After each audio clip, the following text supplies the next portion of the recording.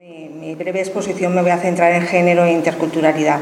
Parece que hay un consenso y yo me alegro, y por eso digo que estoy especialmente contenta cuando todos y todas expresamos que interculturalidad no es relativismo cultural y que la interculturalidad y la convivencia en los centros no puede darse sin la igualdad entre hombres y mujeres. Hasta aquí mis buenas noticias. Y yo me alegro porque este marco conceptual no es un marco que sea tan fácil de defender fuera de estas puertas. Es decir, que cuando hablamos de laicismo, esta mañana hablaba con Cifuentes y hablábamos de la escuela como un espacio de aprendizaje democrático, las personas que aquí estamos sentadas tenemos muy claro que este espacio democrático no se puede construir sin la igualdad de derechos de hombres y mujeres y entonces, por tanto, en una educación que forme en el respeto y en la defensa de esta igualdad. Hasta aquí las buenas noticias, digo, y las malas son porque esto no es ni tan sencillo ni va a ser tan obvio, y me temo que como están circulando los asuntos políticos podemos encontrarnos que va a haber un retroceso importante en este sentido. En España, como todos ustedes saben, tenemos un marco ideal con la Ley de Igualdad Efectiva entre Hombres y Mujeres, la Ley de Prevención de Violencia y ahora la Ley de Igualdad de Trato. Bueno, pues el jueves en el Consejo Escolar del Estado hubo uno de los debates más encendidos de este curso escolar, cuando los organismos de la derecha y las instituciones de la derecha pretendían que no se aprobara una enmienda que había hecho UGT, en la que se pedía que aquellos centros que segregan por sexo no recibieran fondos públicos. Aquellos centros educativos que segregan por centros no recibieran fondos públicos. El debate fue enconado, el debate fue encendido, el debate fue extremo. Fue sorprendente, hubo que cortar este debate.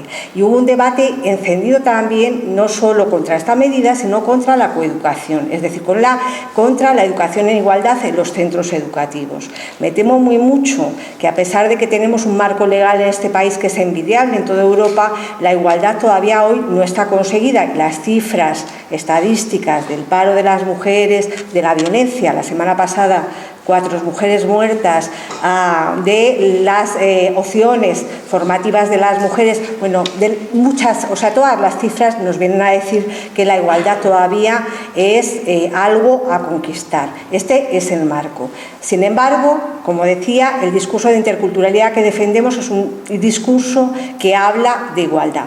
Hasta aquí de acuerdo, y yo estoy muy contenta de oír en estas jornadas tantos compañeros y tantas compañeras que defienden este postulado frente a un relativismo cultural que prioriza, ¿no?, la cultura, una cultura que suele sacrificar los derechos de las mujeres. Ahora bien, y este es mi preocupación, y voy a decir 5 puntos que creo que es importante poner encima de la mesa para ser muy breve. Mi preocupación primera: ¿cómo gestionamos esta igualdad desde la diversidad cultural? Sabemos, o sea, el objetivo es educar desde la igualdad entre hombres y mujeres, pero ¿cómo lo llevamos a los centros educativos? Porque hay una gran contradicción. Hace 3 años, también en el Consejo Escolar del Estado, yo tuve la oportunidad de asistir a un debate sobre el tema tan manido del velo en la escuela. Y aquel fue un debate también muy encendido y no terminó resolviéndose con ningún dictamen. En estos momentos no tenemos una legislación marco. El hecho de debatir sobre el velo es una cuestión que nos puede llevar a un debate muy complejo, pero a mí me gustaría que miráramos más allá, porque el velo es una prenda, es una tela, hay muchos velos, hay muchas interpretaciones. Según el país en que las chicas utilicen el velo, podemos hacer distintas interpretaciones ideológicas, incluso en este país. Pero lo que deberíamos ver es lo que hay detrás del velo. ¿Qué hay detrás del velo? O sea, ¿qué de alguna manera transmiten las culturas a las niñas, a las alumnas que van a la escuela, cuando de alguna manera les estamos pidiendo que lleven una prenda como esta? Yo creo que es este el debate. Entonces, por eso digo que mi preocupación es, ya tenemos claro el marco, que es la igualdad, pero ¿cómo gestionamos esta igualdad en los centros educativos? Esto es muchísimo más complejo, esto es muchísimo más difícil. Evidentemente, la igualdad solo puede gestionarse desde una manera, desde una escuela escuela mixta, y una escuela laica, y una escuela democrática, y una escuela donde haya un diálogo cultural desde el respeto de los derechos humanos. Hasta aquí está clarísimo. Pero una vez que tenemos el marco ideológico patente, ¿qué nos vamos a encontrar? Pues nos vamos a encontrar un vacío de prácticas muy importante. Voy a establecer 5 puntos que a mí de verdad que me parece que son importantes para que focalicemos y descendamos a la realidad.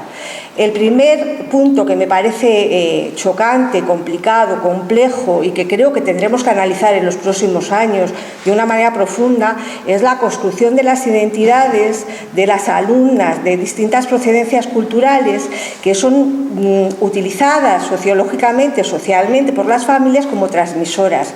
Es chocante que en las revueltas de París los chicos que salían a los barrios vistieran vaqueros y vistieran zapatillas y ellas tuvieran que vestir los trajes tradicionales de su país. Esto se da en las aulas hoy. O sea, los niños van vestidos, ¿no?, con deportivas, con chandas, con tal, y ellas son obligadas a llevar la prenda tradicional, algo que es realmente muy chocante. ¿Por qué? Porque de alguna manera las mujeres, por socialización, somos las transmisoras de la cultura, y la familia enfoca mucho más en la niña todo este proceso de guardia y custodia de los valores culturales que en los niños.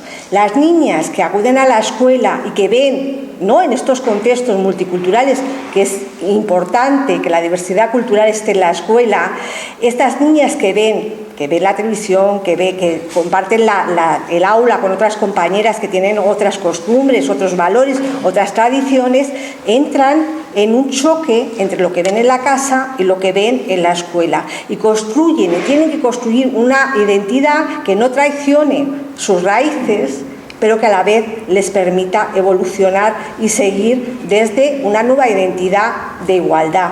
Esto es muy complejo. Es muy complejo y a veces muy doloroso. Una anécdota pequeñita, en unas jornadas con jóvenes, con chicas jóvenes y con chicos jóvenes, en la mesa estaba una asociación de niñas, de chavalas marroquíes, y lo contaban con mucha gracia, como ellas cuando salían de casa iban con sus trajes tradicionales y debajo de la escalera se cambiaban, se ponían los vaqueros y las zapatillas, iban a la escuela. Y entonces me contaban, es que yo no puedo decirle a mi madre que todo lo que me ha enseñado no sirve, pero a la vez yo quiero formar parte de esta sociedad. Esta construcción de la nueva identidad en la escuela no está teniendo una respuesta pedagógica, y a mí me parece que esta es una llamada de atención que es importante. Cuando hablamos de interculturalidad hablamos de un cambio, de una transición de la identidad, ¿no?, y de la fragmentación, no es la fragmentación, la inclusión de distintos valores que te permitan ser una persona nueva en un contexto y en una realidad nueva.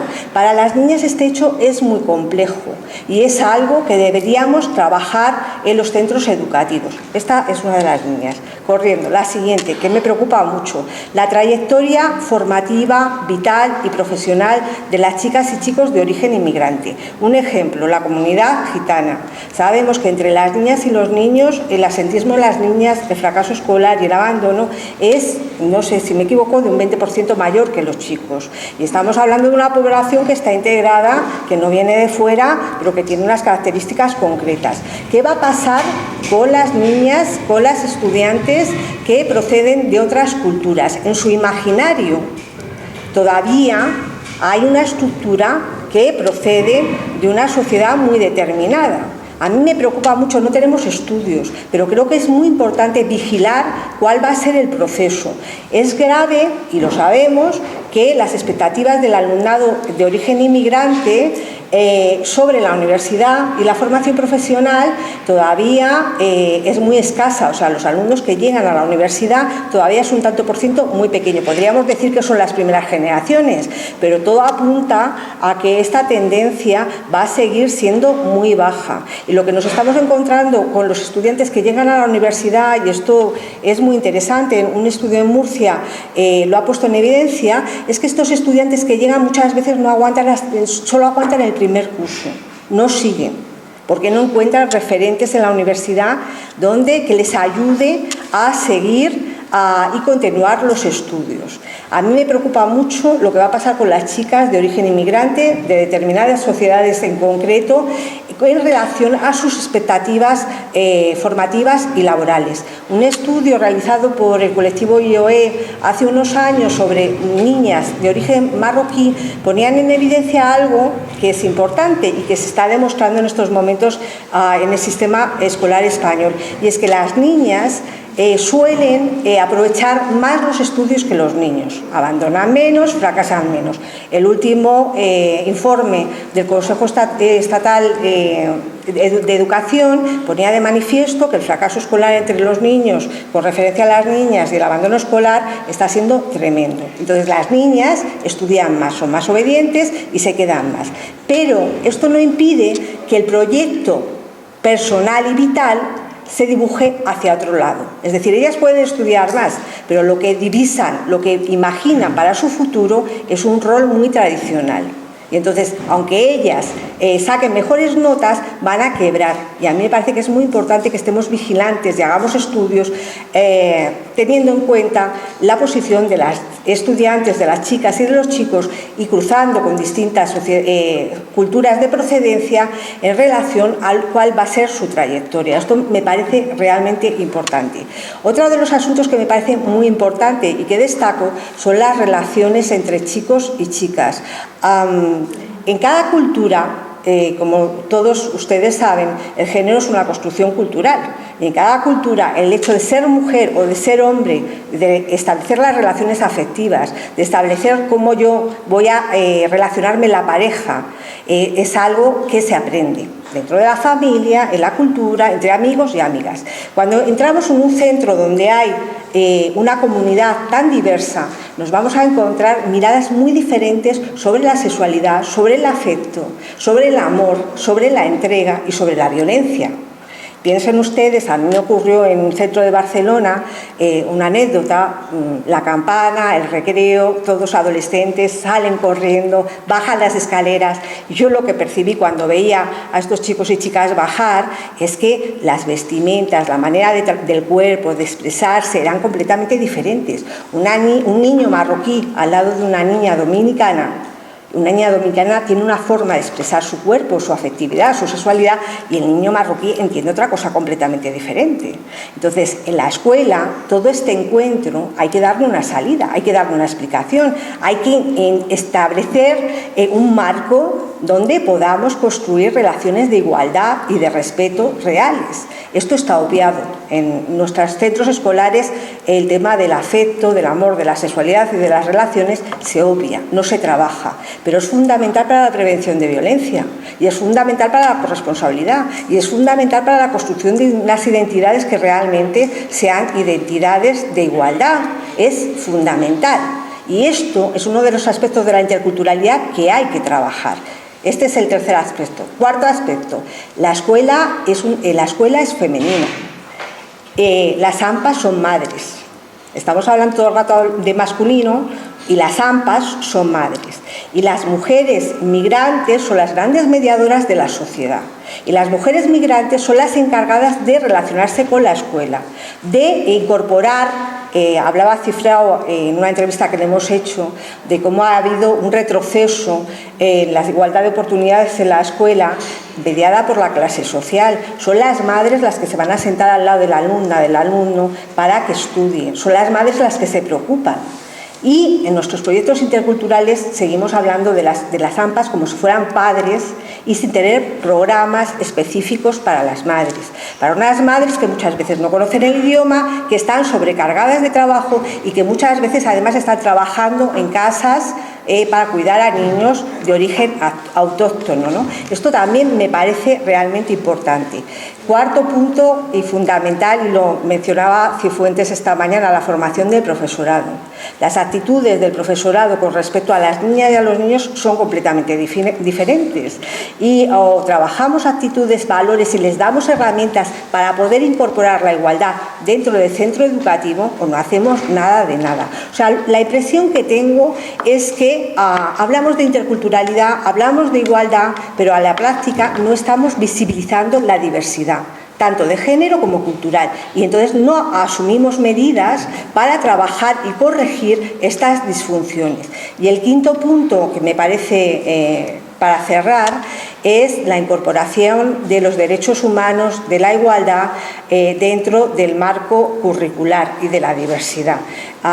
Si hablamos de educación para la ciudadanía, si hablamos de laicismo, esto es obvio, pero no se trata solo de un contenido en una página de un libro, sino de llevar al centro educativo realmente un proyecto democrático que visibilice la realidad de cada niña y de cada niño, de hacer una escuela inclusiva. Y hacer una escuela inclusiva es ver, analizar, o sea, meter la perspectiva de género. O sea, no basta con que tengamos el marco, es que lo tenemos que poner en práctica. Y me temo muy mucho que o aplicamos medidas transversales, realmente transversales, como ha dicho la ley, como hemos intentado desde hace años las feministas, que también me temo muy mucho que vamos a ser una especie en extinción porque las políticas neoliberales nos están empezando a condenar. O sea, hemos pasado un tiempo de gran alegría porque hemos conquistado las leyes, hemos conquistado el espacio público, y ahora hay un retroceso en temas de igualdad y va a haber más. Bueno, pues desde esta línea de actuación que hemos fomentado desde el feminismo, desde la igualdad de transversalización, tiene que ser una realidad. O sabemos analizar desde la perspectiva de género, observando las diferencias, o mucho me temo que va a haber una gran fractura y un retroceso en materia de igualdad. Por una parte, pues porque la sociedad española, un sector de la sociedad muy derechizado, un sector muy católico de la sociedad española, está empezando a clamar por centros segregados como en el franquismo, y porque si no adoptamos las medidas oportunas, por el otro flanco el relativismo cultural va a cuestionar la igualdad de los alumnos y las alumnas, y vamos a asistir a una quiebra de género fundamental. Una quiebra que, ojo, se va a traducir en un tema de violencia a todos los niveles que a mí realmente me preocupa mucho. Entonces termino diciendo que me alegro de que tengamos un marco común, ¿no?, conceptual, que es la igualdad dentro de la interculturalidad. Me alegro que lo estemos debatiendo, y que creo que el trabajo ahora es ponerlo en la práctica y llevarlo realmente a los centros escolares, a la formación del profesorado y a las políticas desde esta perspectiva de visión de la igualdad y la diversidad desde el género, la cultura, la clase social. Para ello, las redes. Yo creo, como Begoña decía, que necesitamos un diálogo entre las organizaciones sociales, los movimientos feministas, los sindicatos, las instituciones. Tenemos que intercambiar y posicionarnos claramente y definir cuáles son las líneas de actuación que tenemos que incorporar. Muchas gracias. Gracias.